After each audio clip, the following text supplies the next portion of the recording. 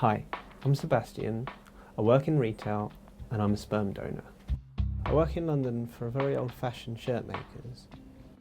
It's a very interesting job because you get to meet and greet new people from different walks of life.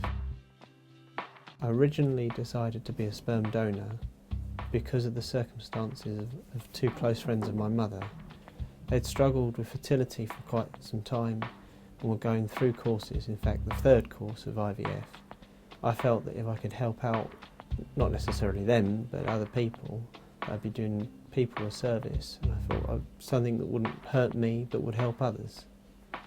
Because I'd been thinking about joining a fertility programme because of my mother's friends' circumstances, and then one evening when I was looking through Facebook, a message came up advertising the London Sperm Bank, so I checked it out and it looked a very credible institution.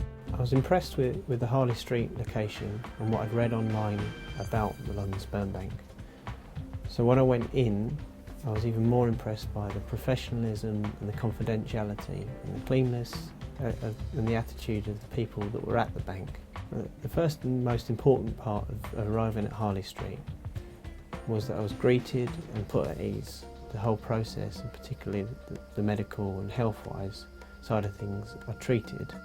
A lot of blood tests, a lot of screening.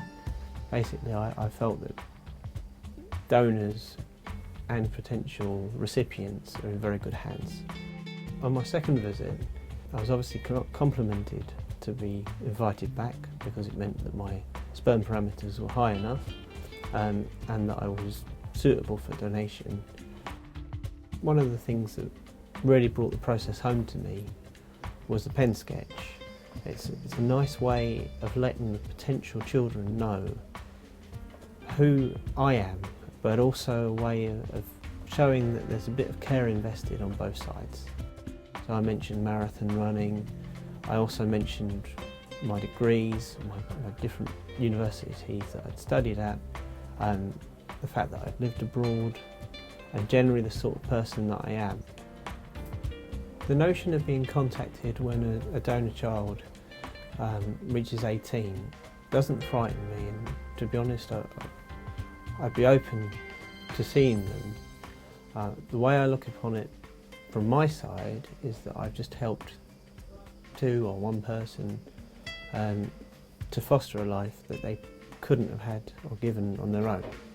But if the child needs or wants to see me, then that doesn't bother me. I think I could probably hold some answers that they might need. My family have all reacted very positively to me joining the programme. My mother was a little touched because of the gesture that she felt I'd made when I explained the reason that I'd initially joined was because of her friends. And some of my friends, I would say, admire me for it. So I've just started a relationship, and I felt very comfortable with telling my partner that I participated in the programme and as to my reasons. I was very matter-of-fact about it, and she was very understanding, in fact quite supportive of the reasons.